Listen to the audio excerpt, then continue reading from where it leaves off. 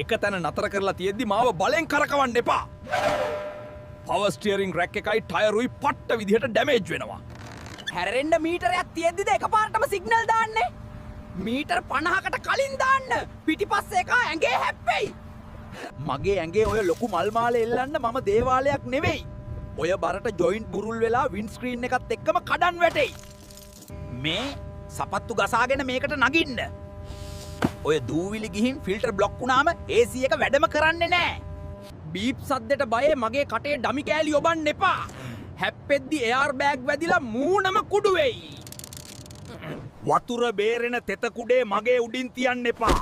යට තියෙන යකඩ තහඩුව දිරලා ගියාම බිම පාර පෙනෙයි. කට්ට ඊයකටම වැටිලා තව දුවන්න හදන්නේ. ඔහොම දිගටම ගියාම පෙට්‍රල් පම්ප් එක අනිවාර්යයෙන්ම පිච්චිලා යයි. වලවල් දැක්කම බ්‍රේක් නොකර පියාඹන්න මේක ප්ලේන් එකක් නෙවෙයි. ටිකක් හිමින් යමන්. මගේ බුෂ් ටික ඔක්කොම කුඩු වෙලා. නිකන් තියෙන ටැප් එකේ කිවුල් වතුර මගේ ටැග් එකට දාන්න එපා. කුණු බැඳිලා කට හිර වෙනවා. සල්ලි දීලා වයිපර් ෆ්ලූයිඩ් දාන්න. ඉර එළිය වැටෙද්දි විතරක් මාව පල්ලහට ඇදලා දාන්න.